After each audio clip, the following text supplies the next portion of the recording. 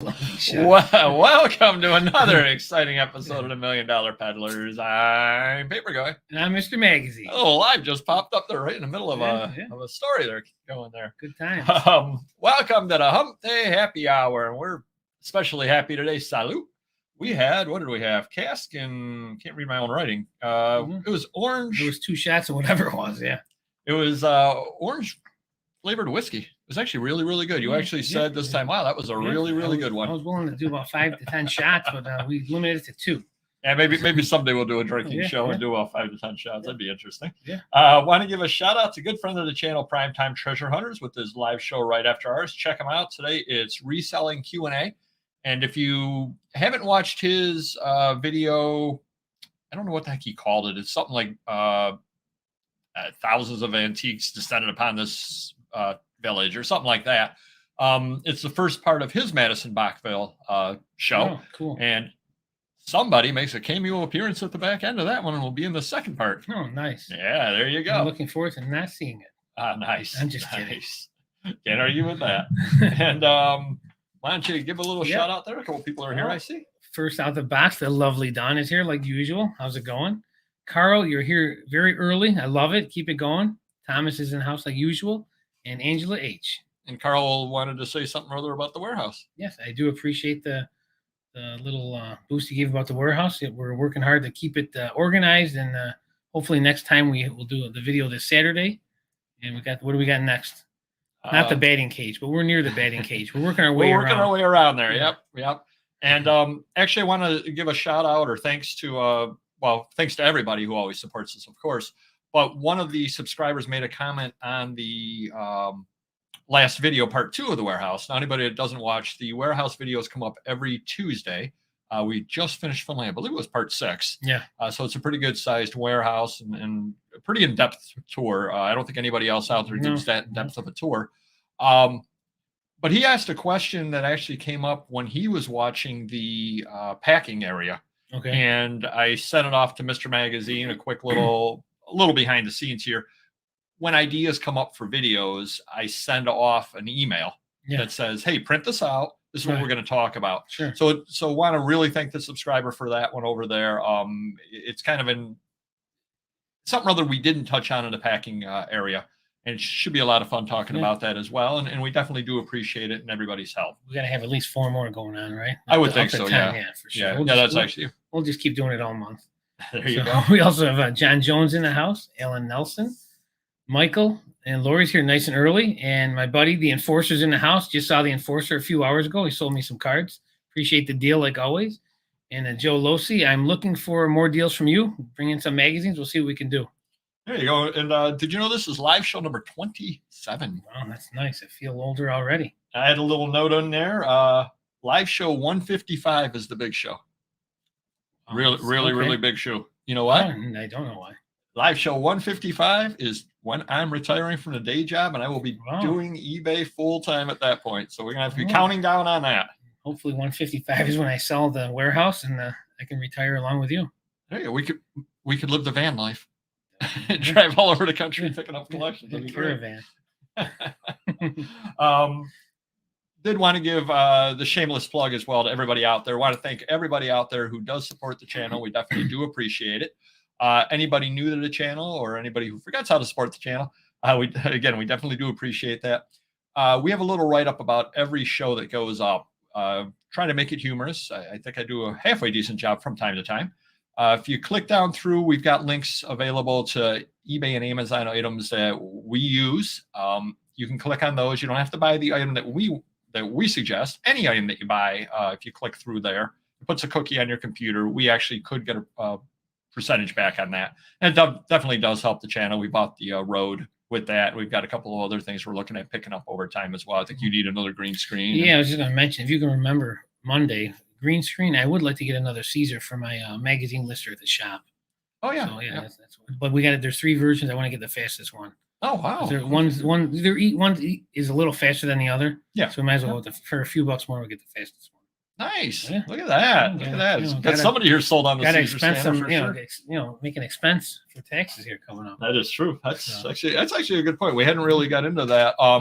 assuming you're in the United States and you are this, obviously consult with your accountants. Yeah. But 99% of people out there are on the cash as opposed to the accrual. Basically, when you spend the money, you can expense the money.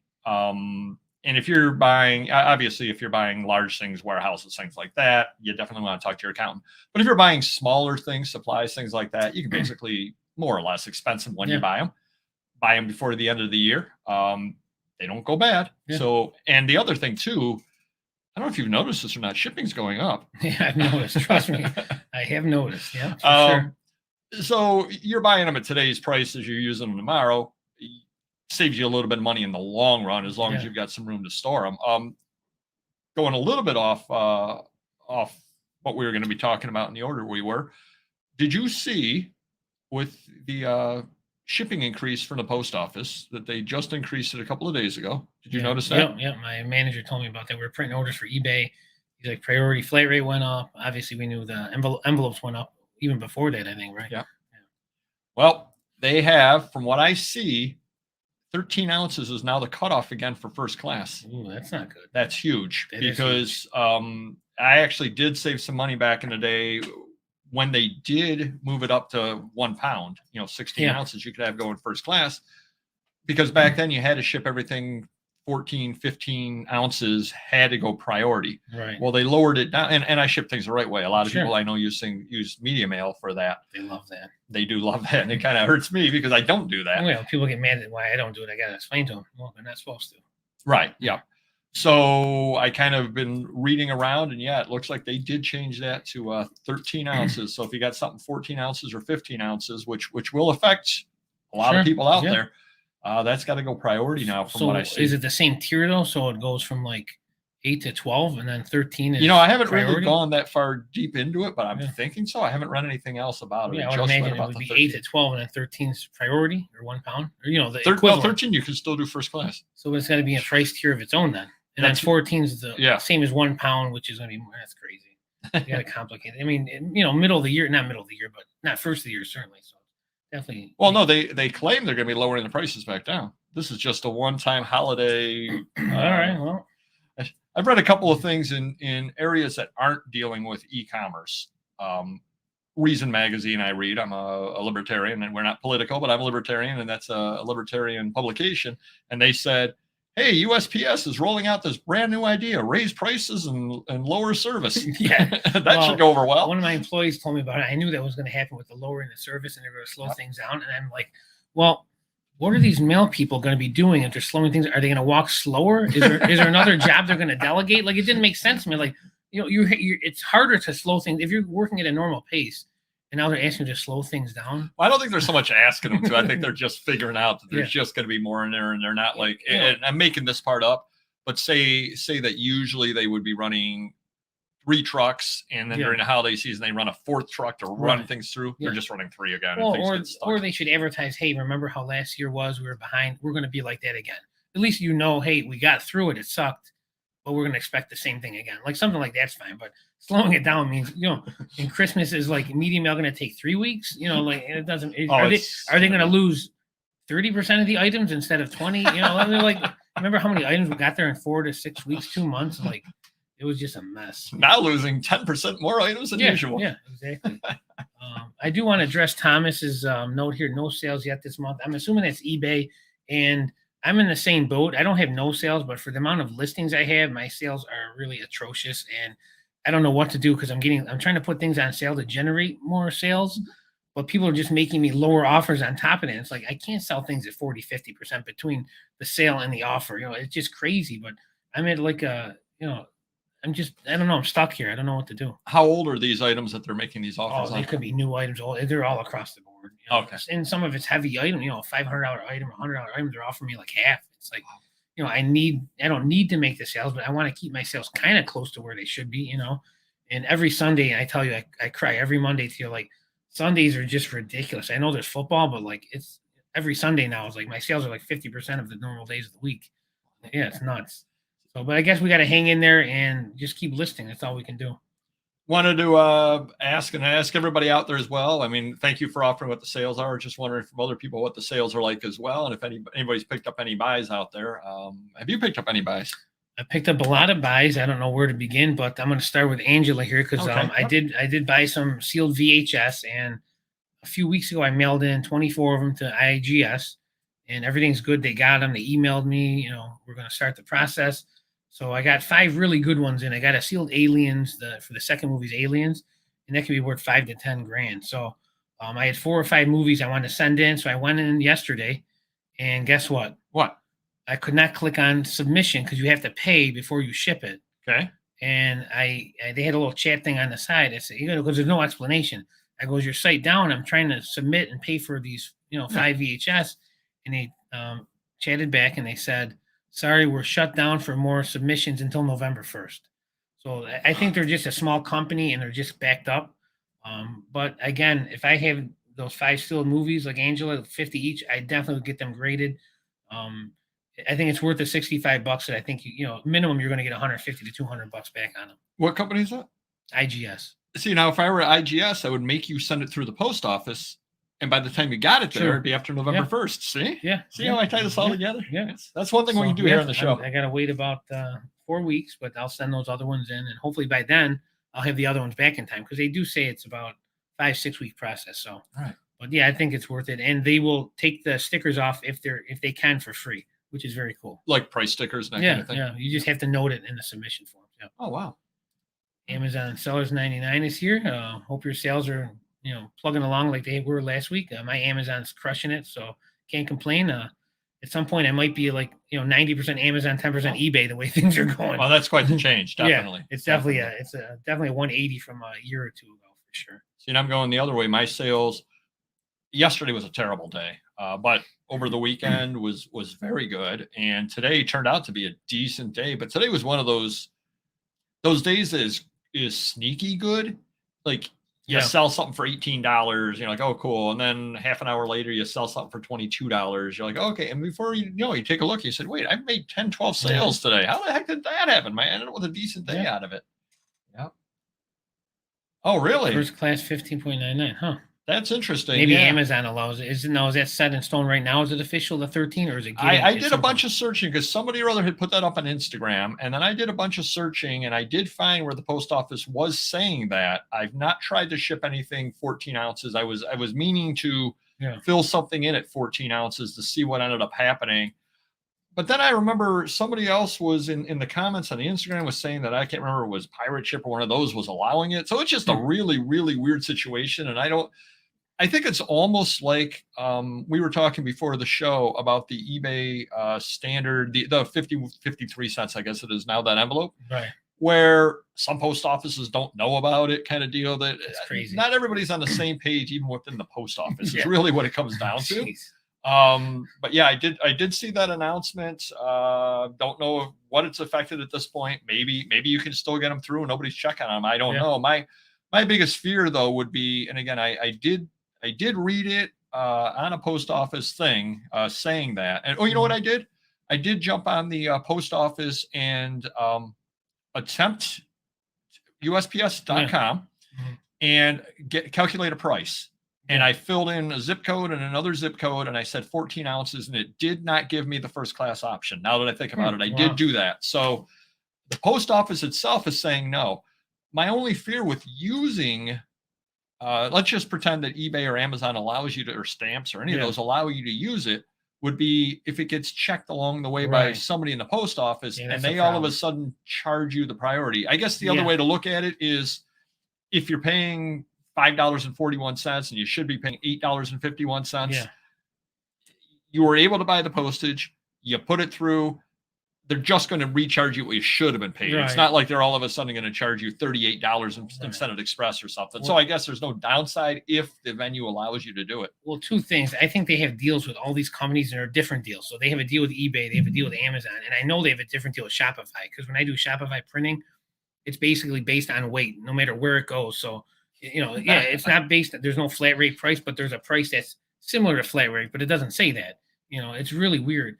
Just laughing about John's joke. That's good. Funny, That's funny. I do have. We do the humor here. Exactly. I do have a quick post office story. Yesterday, the mail lady picked up my mail around 4 o'clock, and she said, "I'm bringing this one back. It's postage due $3.19." So I just took it. And I was walking away. I'm looking at it. And I'm like, "It's a DVD. Okay. The label's media mail, Right, which is allowed. So why am I owing $3.19?" So I asked her. I go, "Do you know why I would owe $3.19?" Well, actually, at $3.19 is the media mail price. Right, but the label was media mail. I go, "Do you know why this is return postage due?" She said, "I don't know why." I go, "It's a DVD and it's got the right label, so why are they returning it?" And I paid $3.19. Right. I go, I was just. Oh, I know why. Because they returned it to you, and you have to pay postage due on a return of media mail. Oh, that's the reason. But I mean, why. I didn't do anything wrong. Obviously, it was because I'm like, well, if I print another label, it's going to cost me $3.19, and then they're going to send it back again. Like, it didn't make any sense. Yeah, it was a return, and they charge you on returns. It never got to him though. They said it's undeliverable or something, and then I owed postage. Yeah, you owe the postage to get it back. That's a chip, but whatever. You hit a lower for a few days. Everybody out there is doing the jokes today. I don't understand this. I guess they're making up for us. I've never said anything degraded. If I feel like $100 would be worth it. Well, you got to pay $65. You got to. So what I generally do is for whatever reason, since sealed VHS have been hot and gradable, people have been selling me this stuff. So it's coming out of the woodwork. So I research it on eBay and Amazon and see what it would sell for raw, ungraded. And I think if it's 50 or more, I get it done, because if it's $50 raw, it's got to be a couple hundred. As long as it's a high grade, as long as the tape, everyone that I've had looks like it's mint, it's going to grade high. So I think it's worth doing a 65. But like anything else, take a risk, send 2 or 3. It doesn't matter. You can send 1, 2, 3, 4, and see what they come back. And then, if you make some money, keep it going.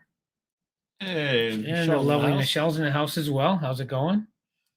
Oh, so we were going to be talking about, and I don't know if anybody out there, how their sales are doing as well, and any buys they got. Did you pick up any buys? And you can don't tell about the buy that you got for me. I'll tell that story.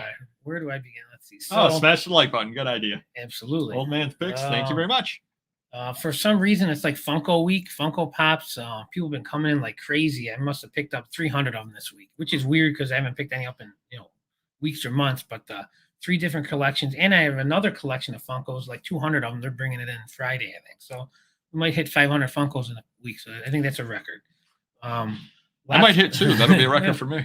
Lots of toys and games I've been buying. I told you about the autograph deal today. This kid came in with almost 100 autographs of celebrities, wrestlers, Playboy Playmates. They're all, most of them were certified or he got them done. He even had pictures of him getting them signed and stuff. So very cool stuff there. We'll put some up on eBay. I got a show I'm going to do in a month or so. So bring some of that stuff there. I did mention to Papergoy, I looked at a New York Yankee collection a few days ago. I thought I was fair with my offer. The lady flipped out that, she thought it was worth $10,000. Well, why don't you tell real quick? Why don't you tell what she thought was worth so much and why she thought it was worth so much? Yeah, so I dealt with her before, and she was very reasonable. Her husband passed away, and you dealt with her on other things. Yeah, sci-fi magazines, Doctor Who, stuff like that. So she was very fair, and I thought this deal would go smoothly as the last one. So I went to her house, and she had about 20 signed New York Yankee baseballs, some Yankee photos, and a bunch of Yankee, I'm going to call them trinkets, watches, license plates, stuffed animals, things of that nature that really aren't as desirable, but it's part of the deal. A big foam finger that says #1 Yankees. Oh, well, it says 0 Garrett Cole. Wow. So a couple Mickey Mantles. She had a Joe DiMaggio ball, a Mickey Mantle photo. That's the juice of the collection. But she also had like Mariano Rivera, decent Yankees, some World Series balls, and Brian Taylor and Ruben Rivera double signed ball. No, unfortunately not. But I do have a Ruben Rivera hat we just put on eBay. Nice. I think the guy canceled it. Did I send you that yet? Yeah. But you thought it was Mariano, probably. But her husband got him autographed, 20 years ago when, the COA, the third-party grading companies weren't as popular. PSA, JSA, Beckett. So they were just certificates like you'd get from my business or any business where, they're only worth the paper they're printed on. So, if you trust the company, I'm still around. I guarantee my certificates for life. And I just explained that to her, like, there's a big difference between a Mickey Mantle baseball with my certificate and a Mickey Mantle baseball with PSA, JSA, or Beckett certificate. And I made her the offer, and she couldn't believe, like, it was so low to her. She goes, "Oh my God, my girlfriend priced these out online. There's $15,000 here." And I'm like, well, a couple issues. The Mickey Mantles aren't on official baseballs. That's a problem. the signature might be very light on one of these. That's the problem. There's no real certificate. So, and I think she was looking at asking prices, which there's crazies out there that put $5,000 on a $500. Well, and we also talked too. Very well could be somebody has a signed Mickey Mantle game used baseball, which is worth a crazy amount of money. But to me, who isn't a baseball person, it's a Mickey Mantle signed baseball. How is that any different? Yeah, there's certified ones. There's ones where he signed Mickey Charles Mantle, the Triple Crown, and those all demand a premium if they're certified. So I just tried to explain that to her that yours might be worth $300-400, not $3,000-4,000. So I originally made her I think the $1,000 offer, which I thought was more than fair, and I'm like, she's a nice lady. I've dealt with her. I think she's going to think it's low anyways. And once we spoke back and forth, I said, I'll tell you what, I know you're going to shop it around. I'm just going to tell you my maximum price now is $1,200. I think that's more than I want to pay, but Christmas is around the corner, so I got a good shot at selling them. And it's still baseball season. And I was hoping the Yankees would stay in the playoffs, which they did not. But so she said, all right, I want to shop it around. And a day later, she called me and said, you know what, I want to sell them to you. So we got the deal going on Friday. Well, why don't you tell why she's selling to you? She did shop it around with my competitors, and I'm pretty sure their offers were less than mine. Yeah. So, but again, that's a good lesson to anybody out there who is trying to buy. If you've made a very, very fair offer, stand firm in your price and be more than willing to, in fact, tell people, hey, give this person a call, give this person a call, because God bless your competitor if he can pay more money and make money on it. Good for him, whatever. No problem at all with that. And I'm going to give a perfect example of a buy that I ended up having, the art of the deal, I ended up making no money on. Yeah. Basically, I got a call from a dealer that I've dealt with for years. And I talked about it last week. It was going to be a lot of Life magazines. So I went out there, and would you say it was a lot of Life magazines? Is your car like average, a little? I have an SUV. Average, yeah. So smaller SUV, but they were chock full. And so a little bit of a spoiler alert there, I ended up getting them.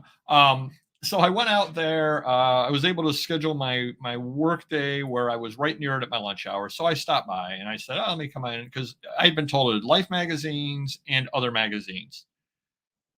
When there were other magazines, there might have been 25 other magazines, maybe 30 other magazines, which was what I was hanging my hat on. I know that's what I wanted, but okay, they're all Life magazines. Now there were the first issue, stuff from the war, et cetera, et cetera. He said, well, there's 880 magazines here. I want 50 cents a piece.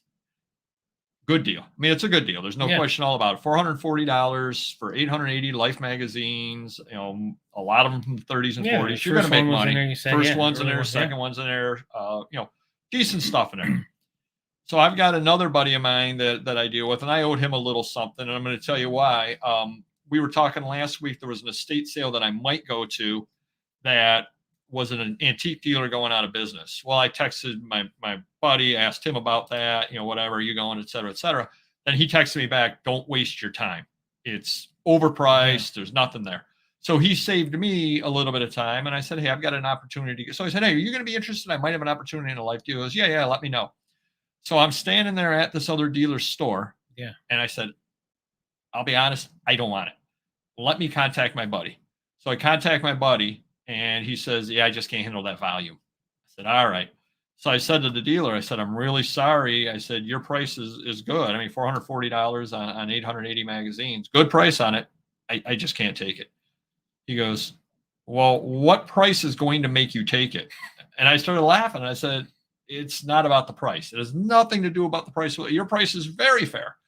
I just don't know what to do with it. I just can't deal with something this size. And it's not things that I like listing. And to be honest with you, it would just clog up my house. It really would. I would never list them. He said, what if I said $300? And I used my patented line, I hate you. And we loaded up the car. Oh, and then I gave Mr. Magazine a call on the way out. And I said, I just bought these for $300. You're giving me $300. I'm not making any money on them. I'm delivering them to you. It's a great deal. Trust me on this. And Mr. Magazine said, okay. And I know he didn't particularly want them, but he said, okay. Well, luckily, I cleared out a pallet for the car magazine deal from last week. And we ended up filling up with Life magazines instead. So I drove them around, and I will say this to anybody out there that has a smaller SUV, if you put 880 Life magazines in there, your car feels it. You definitely, it does not, you go off the curb and, off the light, and you're getting beaten by people on bicycles. The best is when they're taking the, what do you call them, flats? They were bigger than flats. But as they're pulling them off, my employees off the truck, and I'm watching them load this. And one flat had Kennedy on the cover. And not that I've seen it before, but I haven't seen a lot of them. So I think it's a better one. Next one had Marilyn Monroe. So like all these good ones are just in my face. I'm like, what a hell of a deal. I just got to get them listed. I know I have probably 2 pallets full of them already, but it gives me a little fire under my coolie there where I can like, let me get this done now. Cause so I started putting some of the old ones from the 30s on one of the new employees' counter, cause he likes doing the oversized stuff on Amazon. So I'm like, this is perfect. We've enlisted Lifes in probably 2 or 3 years. So I'm like, I'm sure we sold some. I'm sure there's a bunch we don't have on there, so we can knock some of that out at least. Get it. Well, here's my way of looking at it. I made no money on the deal, but I bought it. So he'll call me again on deals. Yeah. Mr. Magazine's going to do well on them, and you've thrown me deals in the past and things that you weren't interested in, et cetera, et cetera. So didn't you get some of those from that Auburn deal though? Weren't they Lifes? Yeah. Did you ever listed those?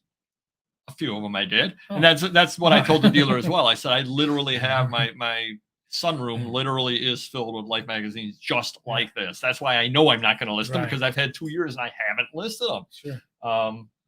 Amazon FBA is way behind. Oh, wow.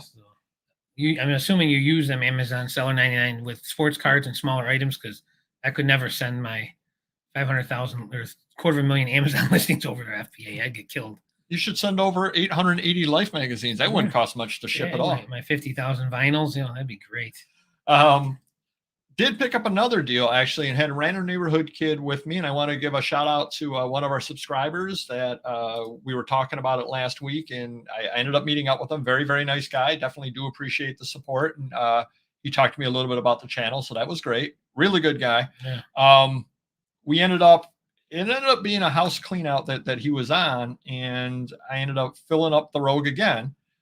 I will say this, a filled up Rogue, when I fill it up, looks a little different than a filled up Rogue when random neighborhood kid fills it up. And this is a little tip out there. I did leave a few things behind just because I didn't think I had the room. Use the floor. Random neighborhood kid put the seats down and put everything up. But then after I got home and started looking, I was like, well, he left a little spot there. You could have fit one box there. You could have fit one box there on the other side on the floor. And now, obviously, if it was really good stuff, he would have had a box in his lap, and he would have had his feet up, and I would have had a box in my lap as I was driving, and we would have strapped stuff down on the roof, and we would have figured it out. Right. But it was, so the stuff I left behind was, 1980s brochures from England and stuff like that. Nothing great that I left behind, I don't think. The problem is you're sitting out there, and I'll admit I was overwhelmed. There was a lot of stuff. And you just kind of walk in, and I know you've done this any number of times on deals. You just walk in and you don't even know where to start. And I literally was on one side of the garage, going to the other side and go, oh, let me work on this now. Oh, let me work on this now. Just because it was so much stuff to wrap your head around. So I ended up getting a good deal, filled up the Rogue. And I said, what do you want for it? And he goes, I don't know. And I go, I don't know. And I just kind of looked, and I kind of in my head figured about $20 a box would be fair on it. It is a clean out. It is stuff, So I just said, I don't know. There's somewhere between 15 to 20 boxes. I didn't really count them. I just kind of did, about. Yeah. I said, I was between 300 to 400. How's 350? He said, perfect. So you have to throw a price out there. He was more than happy with that. Sense. And I was happy. Do that stuff to make so much a box. Yeah, it definitely makes sense to both parties. Yep. And then I brought a bunch of them, the boxes over to Mr. Magazine on the newer magazines and sold them to him. That's right. Yeah. So we're magazine overload right now. So you've got a little delivery service going on with paper going delivery. Faster than the post office, I might add. Yeah.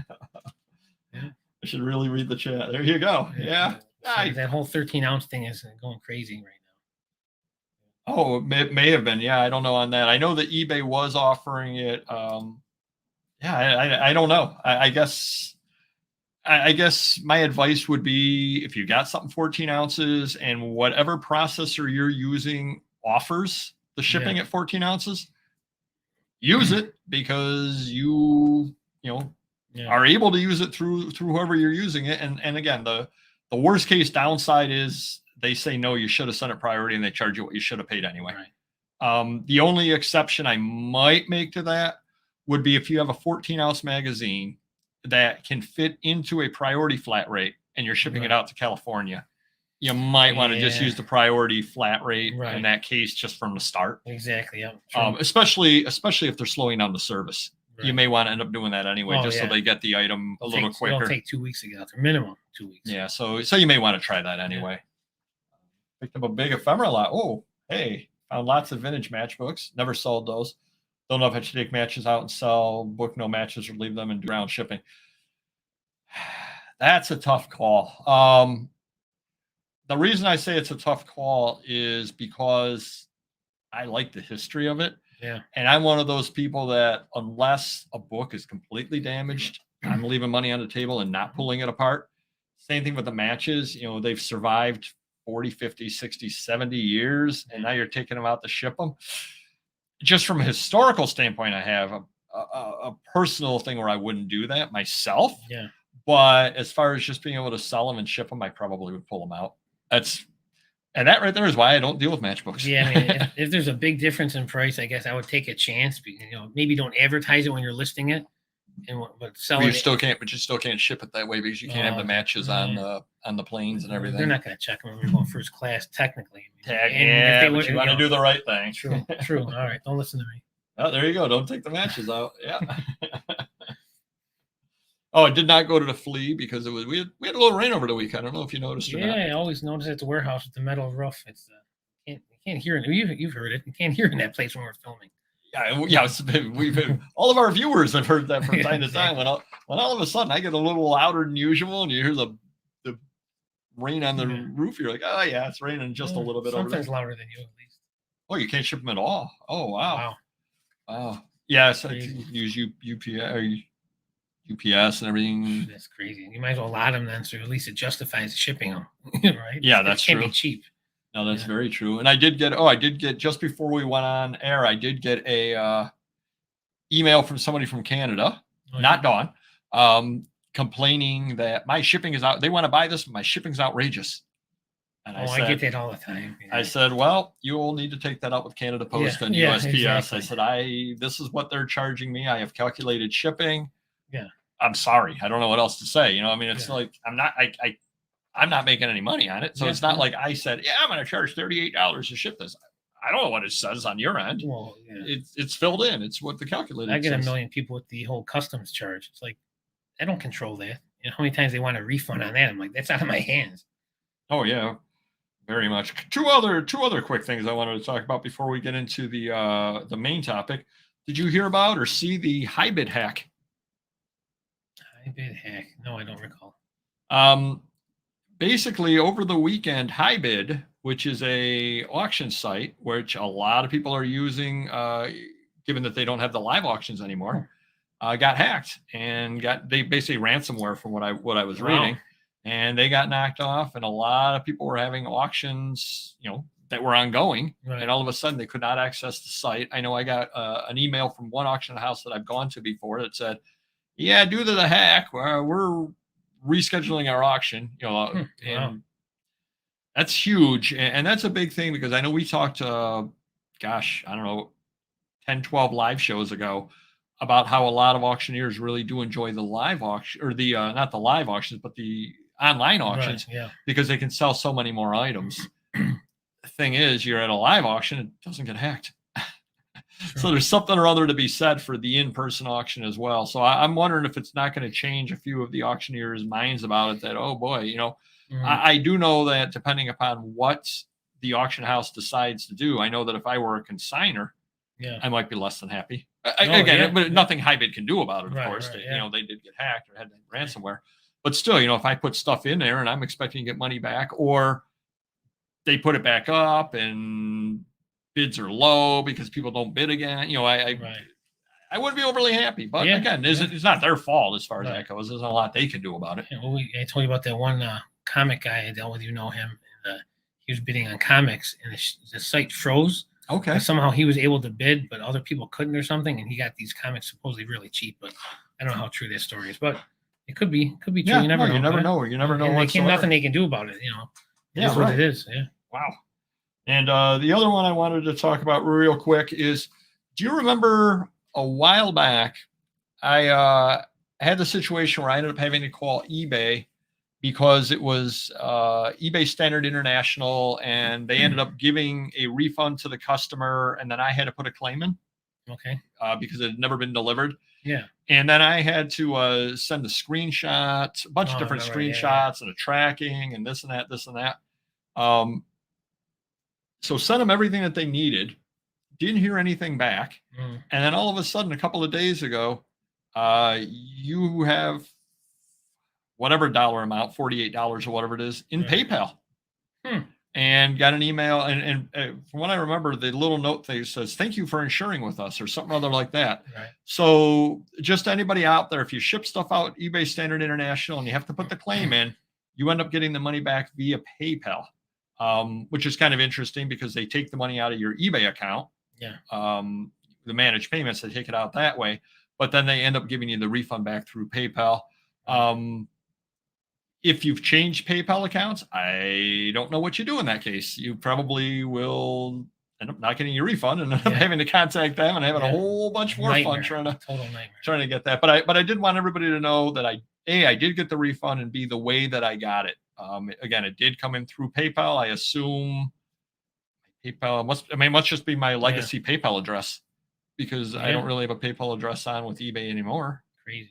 So just letting you know that you do get your money back though on those. So do use eBay Standard International. So Angela loves listing Life Mag. So why don't we fly you in for a month? I got about 3,000, at least 3,000. We can have you list for me. How's that sound? Angela's got herself a job now. There you go. Let's see. I didn't know this about FBA. 30 cents a pound.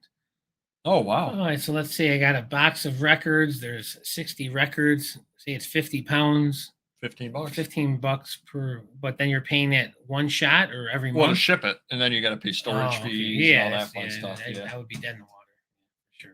Yeah, no, it's not made up for the inventory you and I have. Postcards, sports cards, things lighter or things trending, I guess, that you're going to sell. Trending, yeah, it's the way to DVDs, CDs, things like that. I would still say lighter is a better way to go. True. Yeah, no, you can't really. I don't believe. I mean, people probably do it, but then they probably figure, like, what did I just get myself into? Can I cancel it? Then you got to ship it back. And you got to pay that. Yeah, I would never get involved in that. I mean, and people do very. It works very for well some people. Yeah, absolutely. God bless them. Yeah, God bless them. Yeah. You know, and that's the interesting thing about it is, and again, I've mentioned this before as well. When you run through the Instagram feed and everything, how's your Instagram coming, by the way? Yep. It is coming. There you go. Just like that green screen we're going to order. There you go. You know, there's just so many different ways to make money, and that's the beauty about it. And I know that I put up the Instagram regularly with things in there, and I do get people commenting, "Wow, I didn't know that was worth it. I didn't know this. I didn't know that." Yeah. And I'm just putting up little tips that I just know. I mean, it's nothing special on that. But then I take a look at other people's tips. I'm like, "Wow, really? They sold that for that? That's worth that? I have no idea." Yeah. And to them, they knew. So there's just so many different ways to make money. It's amazing. Absolutely amazing. Definitely. Use pirate ships, simple export rate. Yeah, I just use the eBay Standard. I'm too old. I'm comfortable with that. Yeah, exactly, comfortable. Yeah, that's good. That's a really, really good way to put it. Really, really good way to put it. Selling vintage Pharma rep pens. Wow. I've been buying. Pay as much as $40 just in shipping. Wow. Holy cow. Whoa. Jeez. Crazy. Yeah, good for them. Good for you.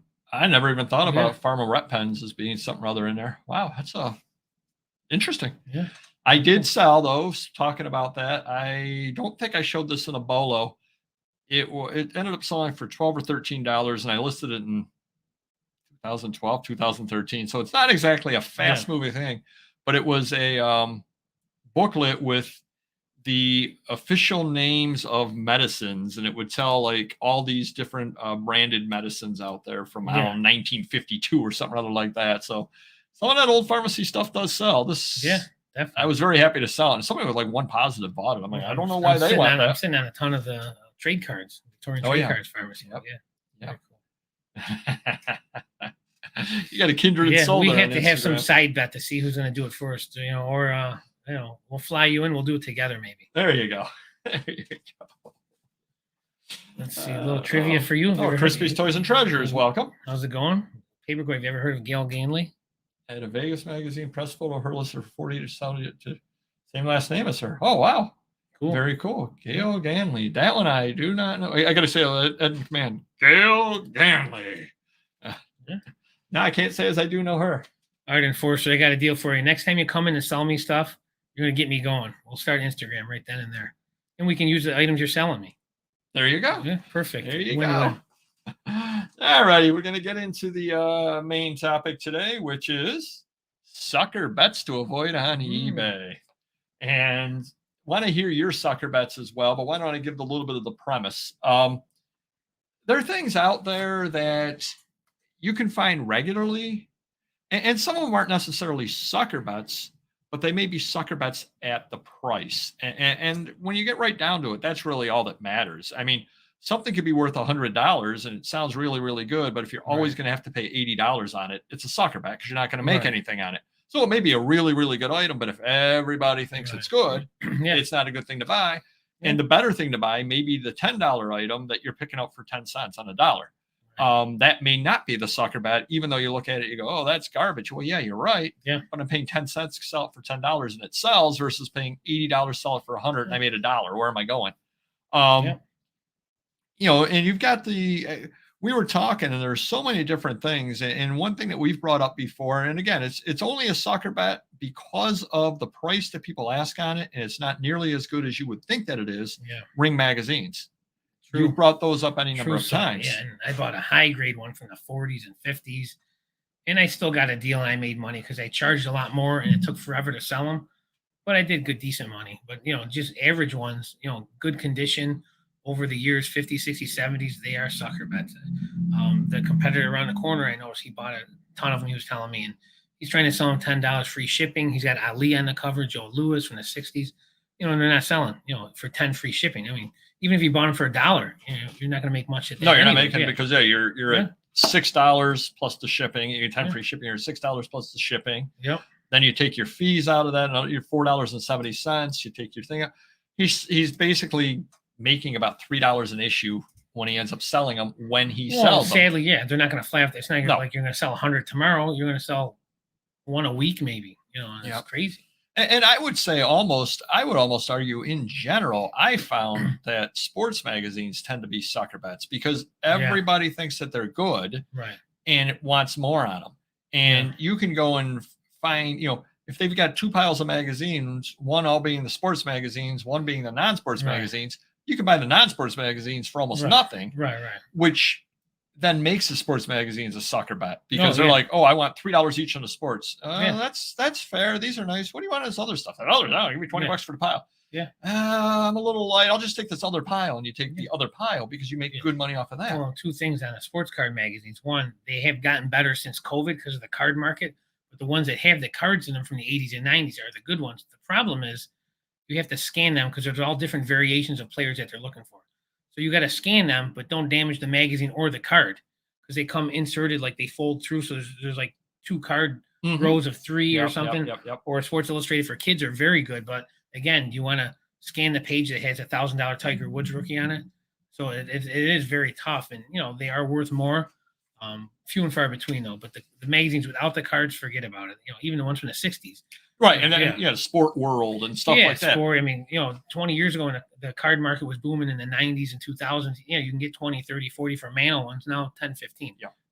And a lot of us have great cover. It's got Gale Sayers on the cover. It's got Mickey Mantle. It's got LK Line. It's got. You're like, that's great. Yeah, and if they're high grade, you got to pay more, and they don't necessarily go for that much more. You know.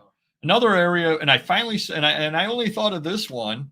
And again, do tell us what we would call sucker bets. We're going to tell you in the magazine area and this sort of area because that's what we deal in. I sold something the other day that I listed on Amazon back before I used cents. So before I used cents, good luck to me. Before I used like 19 cents to be I walked right into that one. Perfect. Before I used 19 cents to say I listed in 2019, et cetera, which means I would have listed this back in like 2005. And it finally sold for $9.51. Probably did list it in 1951. Now that I think about it, auction catalogs when you're dealing with Christie's and those kind of things, they're beautiful. They're Yeah. absolutely beautiful. And can you sell them? Yes, you can sell stuff like they had one, the Jackie Kennedy estate. That one will Right. sell. Yeah, there's gonna be some good ones. The Sure. Andy Warhol, that one will sell. Those ones sell. Yeah. But you get into this was like June 2005, Yeah. estate with nice furniture. Yeah, right. Very nice. Japanese woodblock prints. Yeah. Sure. I did have that issue. Yeah. I probably still have it. Exactly. They sell, but they're super slow sellers, and because they are well made, people don't want to sell them for 50 cents a piece. Like, Right. oh, these are really good. They got to be worth $2-3 a piece, and you're thinking Yeah. they sell for $6-7 a piece. Most of them. Yeah. I can't pay $2 to $3 a piece for a slow selling item that sells for $6 or $7. You're not making any money. Oh, right. Now, Yeah, I was at auction where I ended up buying 5 big boxes of them, and I think I paid $20 for the 5 big boxes. You can't go At that wrong, price, you can't go wrong, but I'm still sitting on them. If you tried Amazon, because That's where I saw them at, you yeah. have to. I mean, they sell slowly there too, but at least you'll get $20 when they sell. Or No, 15. $9.51. Oh, all right, sorry. I was getting 20 when I was selling one a year. So Vintage Philly enjoys the channel. Oh, thank you very much. Appreciate it. I think he was talking to me. Well, yeah, I don't have any sense. We've already established. I said it myself. I'm on the record. Make more in the print ads and the sport magazines. Yeah. I'd love to do that with my magazines, but just very time consuming. Yeah. Well, and the other thing too with that, I'm sure you do. We don't do that regularly, so we would end up, no doubt at all, we would end up screwing up the first bunch of them because we don't really know how to remove the magazines or remove the ads safely, et cetera, et cetera. I'm sure you take the binding apart, and I'm sure you take the whole ad, and Right. razor blade, and all this stuff. Yeah. We don't know that stuff. Yeah. Plus, I've seen some of your employees. I don't know if I want them having razor blades. Very good point. I agree. Yeah. You come around with scissors. Bump on my insurance tomorrow. Congrats to Crispy's Toys. Oh, very good. Nice. Very cool. All right. Very good. Wonder who that is. Wow, you are just picking on me. I'm not What? giving you that. What? I don't know who it could be. I don't have a million. I'm not giving you that second Jeez. shot next week. Wow, I'm going to charge you. Exactly. I just bought over 200 SI for kids cars. Ooh, that's very nice. Oh, yeah.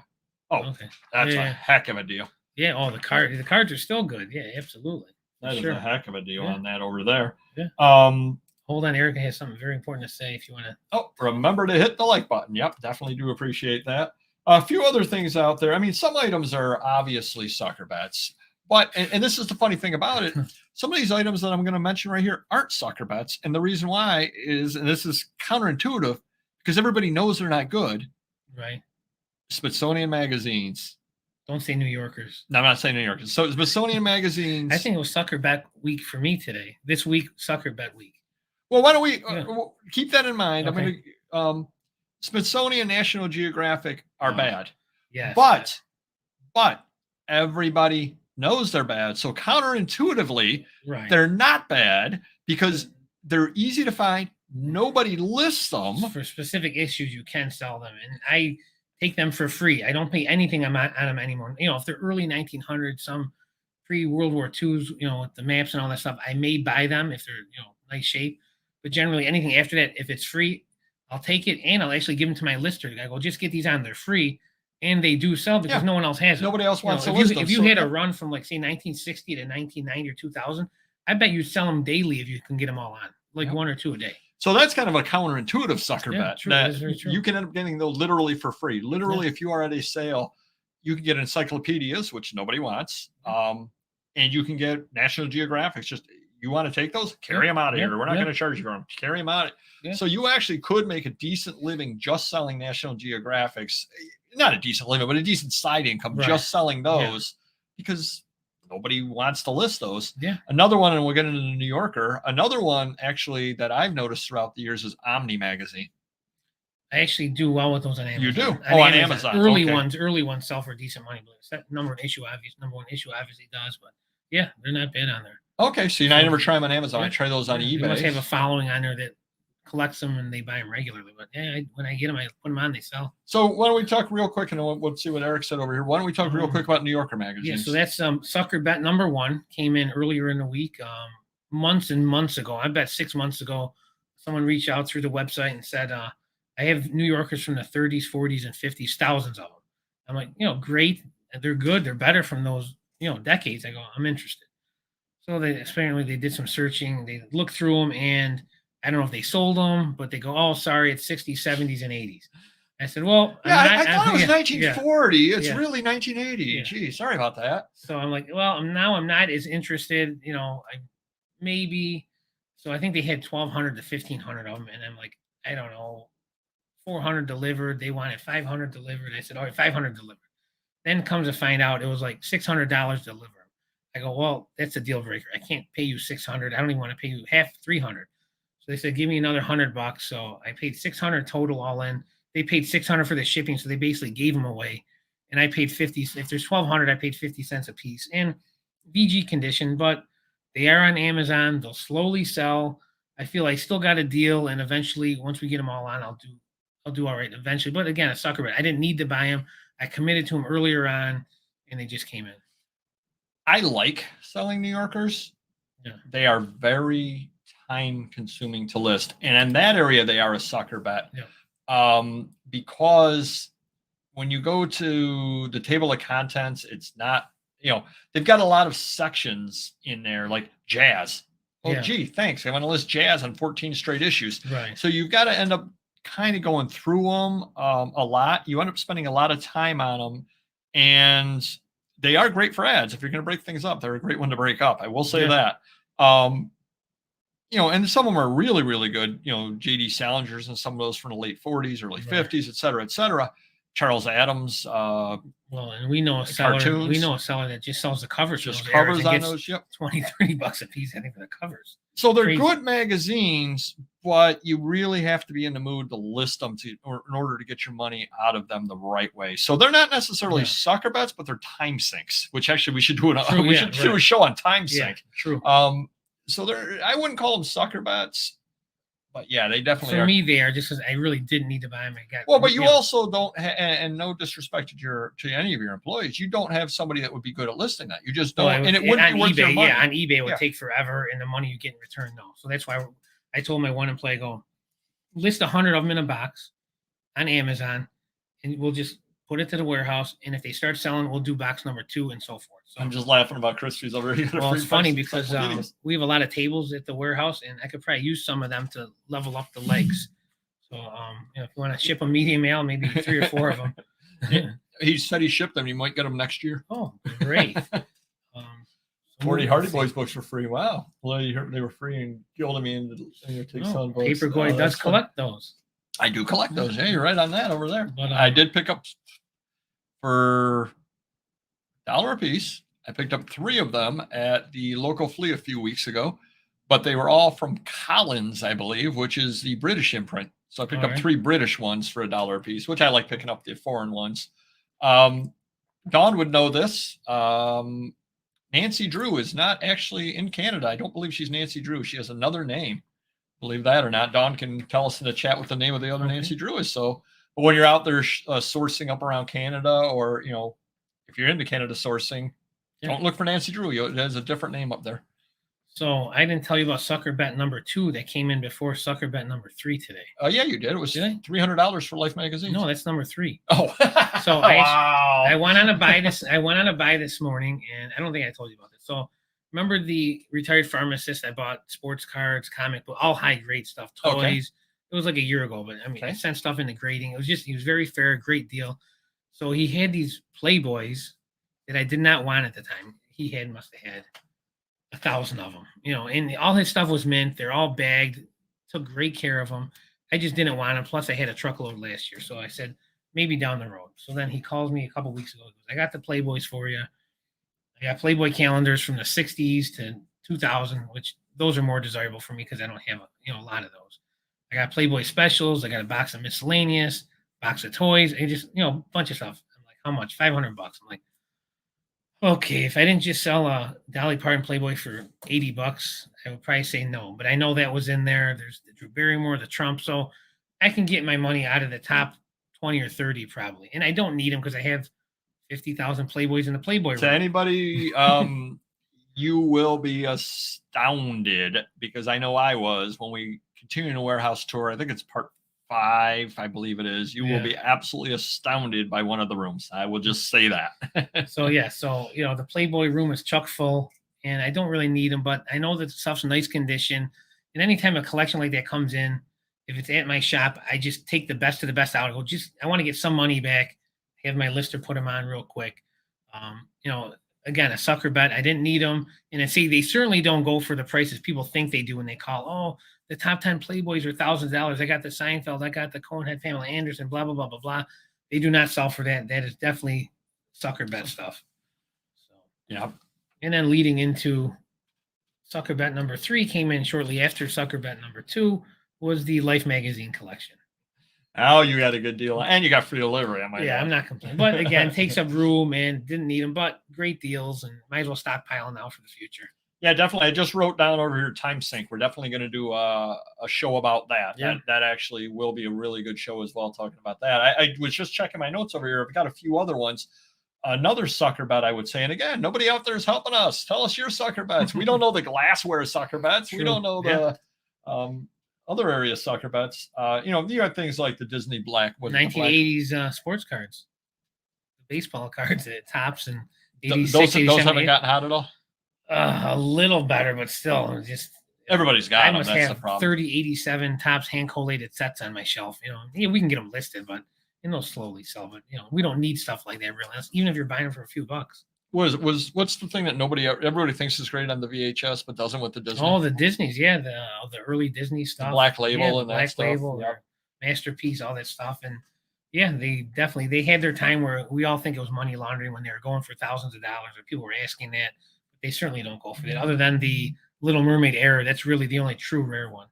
Well, another one that I wrote down, which kind of this was actually the thing that got me thinking about this entire subject. Star Trek.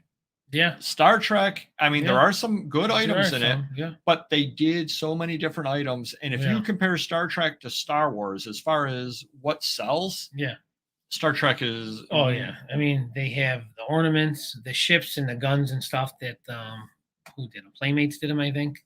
Those are decent in the box, but then the action figures, you know, very common. They don't sell for me. There's some rare ones, but a lot of it's $5 stuff. And the reason I was thinking about even the whole subject is a guy was at one of the flea markets, and he had a box of Star Trek paperbacks, and the price was really, really cheap on them. So I bought the whole box, came home, and I searched them all on Amazon, figuring, I can list these on Amazon. You know, penny books, 29-cent book, 49-cent book. So I ended up putting them all in a lot on eBay. They haven't sold. But I was laughing because I remember I had picked up years ago a bunch of Star Trek books. I listed them on eBay, and they probably took three years to sell, something rather like that. And I just was laughing. I just said, "Oh God, Star Trek!" And I try to stay away from it unless it's something truly odd or truly, rare. Otherwise, Star Trek stuff I've always found to be a sucker bet. Oh, holiday Barbies. Yeah, Black Diamond Disney. Holiday Barbies are a big sucker bet. Other than the first couple of years in the mid to late 80s. Everyone calls up, people ask $50 because they cost, I think, 20 years ago. So they assume they're going to be worth $20, $30 or 40, 50, $5, $10. Wow. And it costs so much to ship them too, because they're like 2 pounds. Wow. So Amazon, you really can't sell them for that. And it's not worth it. It's just crazy. Wow. And even Hess trucks too, kind of the 1990s Hess trucks, like 1990 through 99, big sucker bets because they sell for $5 to $10.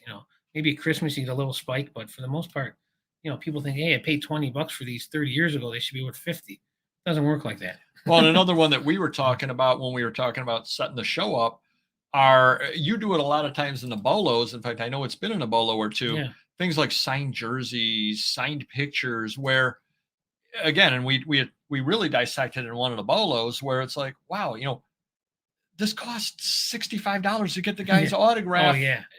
If you went to the show, it costs $65 to get the autograph. The jersey costs $50. You're at $115, and it's going for $45 on eBay. Yeah, that's a sucker bet on that stuff. And the real reason why it's a sucker bet is it's hard to come up with that stuff because the guy spent $115 between the jersey and the signing. Yeah, he doesn't want to sell it to you for $10, obviously. Oh yeah, right. So in another area that would be the same would be framed pictures. Yeah. Primarily, one of the big reasons why those are sucker bets is because a lot of people got things framed themselves. Yeah. And they paid for the item $100 and they spent $200 to get it framed. They're like, I got $300 into this. And you're telling them, oh yeah, take it out of the frame. I'll give you $40 for the item. You keep the frame because I'm going to take it out of the frame myself because I can't ship it that way. And then if you do ship it, the box is crazy money. It could get Oversized, damaged very easily. Glass it's breaks. just a nightmare. I've learned my lesson with that. It's definitely not worth it. Oh, starting lineups. Yeah.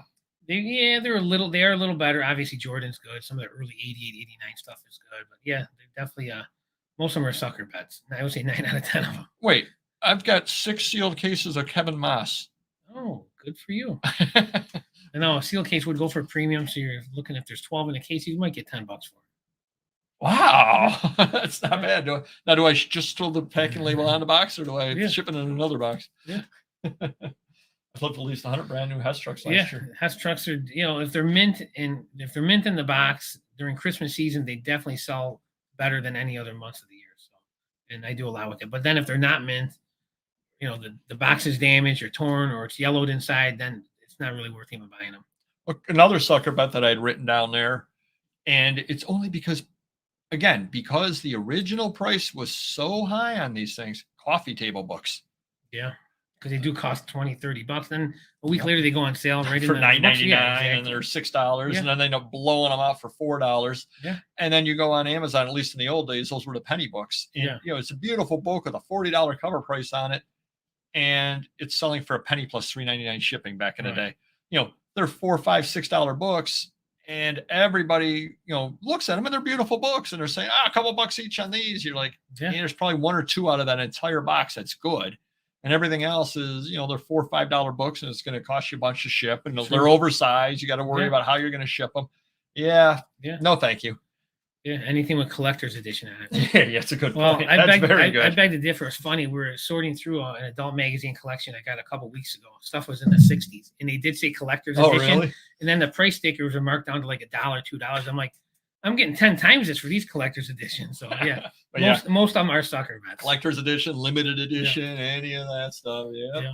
Or my favorite was, and I know they did this from time to time with comics and things like that. Yeah. Limited edition, only 100,000 of these made. Like, wow. And I don't know what the shipping is now on a comic book, but I think a good comic book now sells like 50 to 60,000. They made 100,000 of those on a limited collector's edition.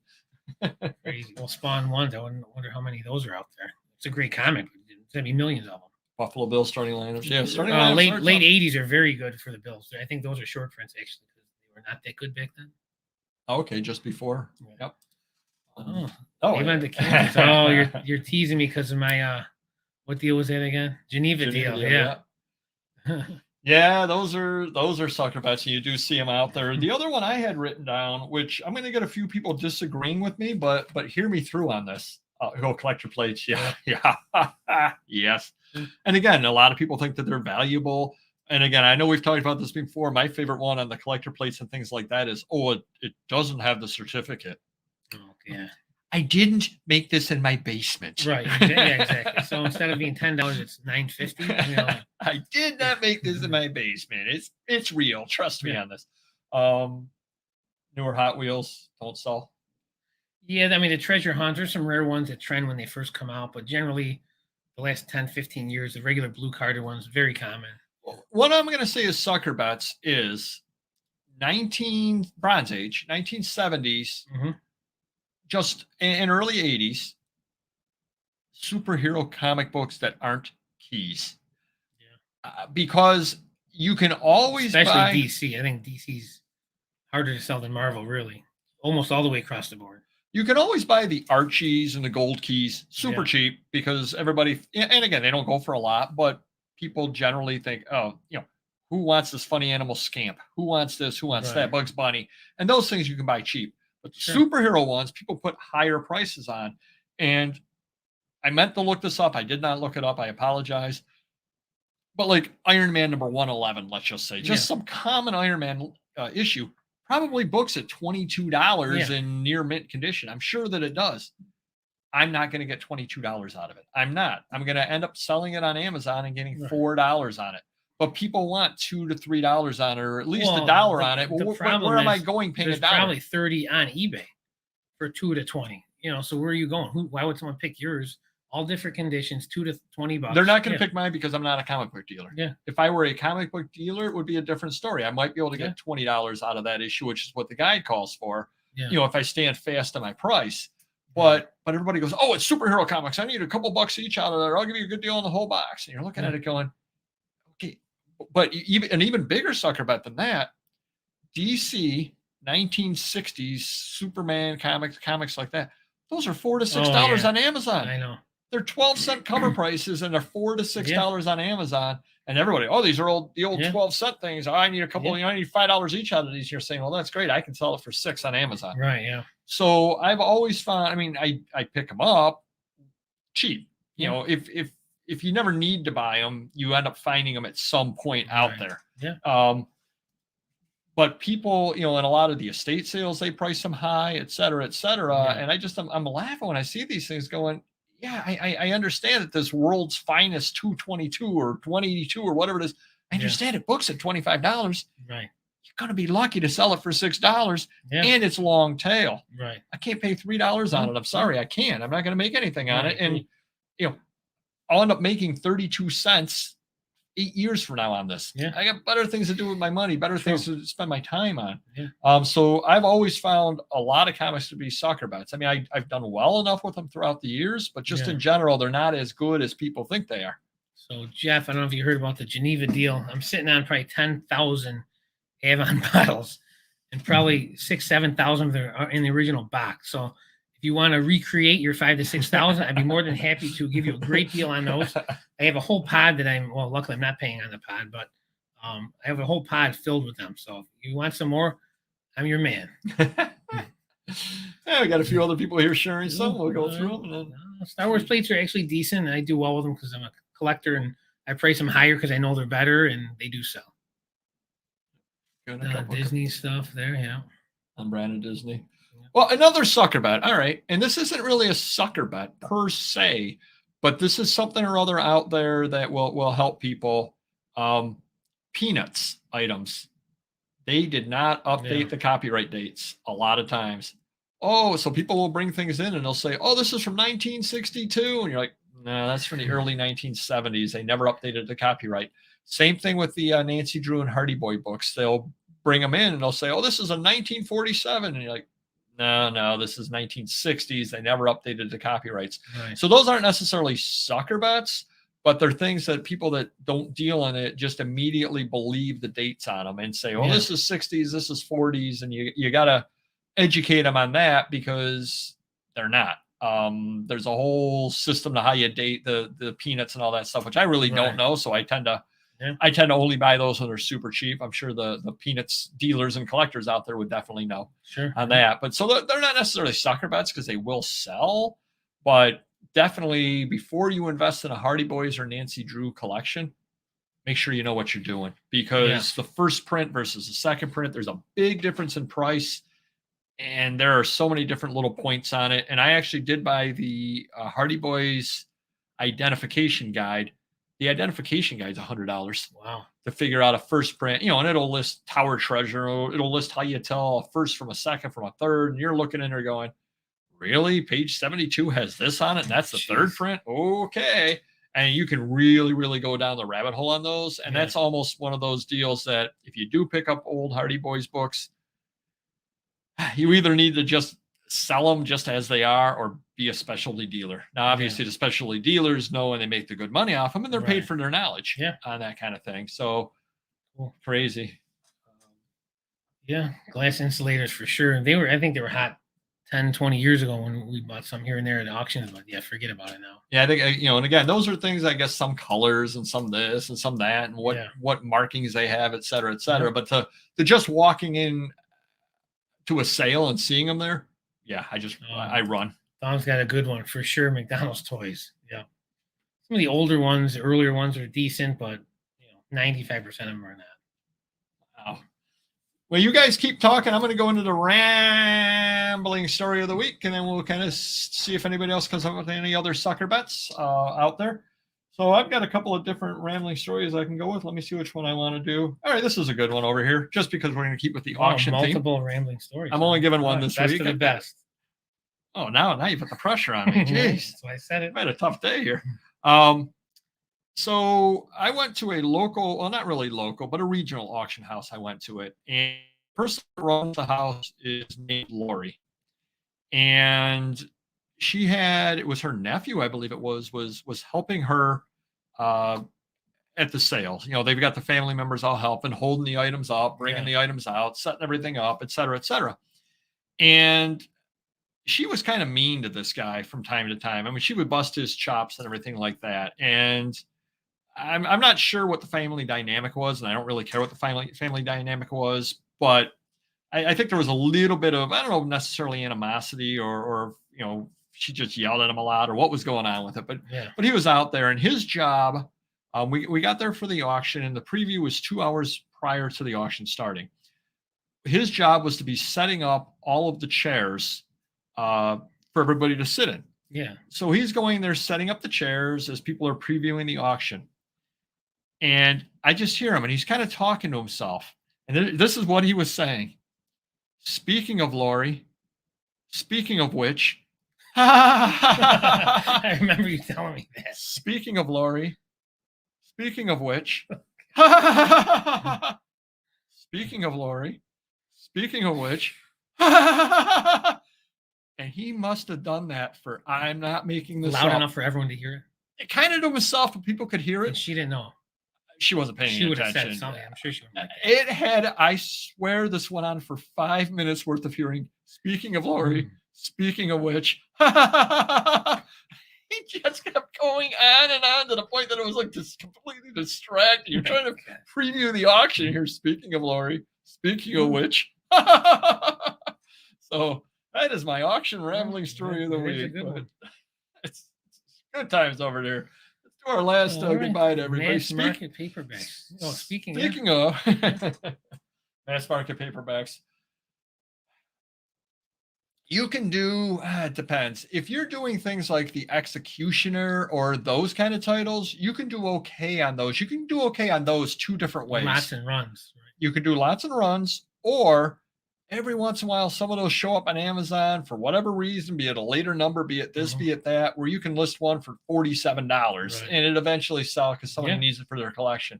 True. That kind you can do okay on. The really big authors like the Stephen Kings and things like that, you can do okay on selling those in lots. But you get into some of the stuff, John Grisham and things like that, good luck to you. Donation. Exactly. Those really are donations on those kind of things. I put them in my laundromat. They love them. Yeah, people buy them and they read them. Actually, believe it or not, I think that, and this is going to be quite a controversial statement over here, but we're pretty much a controversial show from time to time. I think that Heartland Romances, I would rather buy a tub of 100 Heartlands than I would buy a tub of 100 John Grishams and Danielle Steele and things like that. Yeah. Because you actually can sell the Heartland, the people, because they did so many different ones, people collect them, want to read them and everything, versus everybody bought the Pelican Brief. Right. Everybody bought. True. So I think that you actually would do better buying the Heartlands, which are always really, really cheap at sales. So that might be an area of something that actually might be an okay item that you don't think about. Yeah. A couple of others. Yeah. Oh, very cool. 55% gem rate. Yeah. How many cards did you send in? Wow. There you go. Curious. Yeah. So I got stuff from January. So if you just got stuff back from September, I got to wait a few more months, I'm guessing. Let alone if they're shipping it out through the post office, you have to wait a few more months on top of that. Well, I just asked the guy that submitted them for me, the dealer that I'm friends with, because I said, it's been 10 months. I know it's slow, but it's crazy. Well, he's telling me because you have a queue, you can check the status on. Yeah. So it depends on what you submitted at the economy, regular price, and whatever the higher tier is. So, say I did half and half, well, I might get some back next month and the rest back in December, which is crazy, but, it's what it is. Wow. All right. All right. We're going to go to our last run through. Oh, the red wheelbarrow. Okay. All righty. So, I want to thank everybody. Speaking of Lori, speaking of which, I'm going to do a show where I just do that the entire show. Oh, super. That won't get too annoying. No. Thanks to everybody. Do hit the like button if you could. Definitely do appreciate it. It was actually a really fun conversation over here. Yeah, sure. Talking here about it. And I will do the time sync one at another point as well. We will, because I'm sure we've got a lot of items to warn you off of as far as time sync goes. Yeah. 9 out of 11. Wow. Oh, that's awesome. And they were all rookies. Wow. He's doing really well. Send me some pics. I'm just curious to see which cards they were. And thanks to everybody out there. Do hit the like button, and we will see you next video. Take care. Thanks. Bye-bye.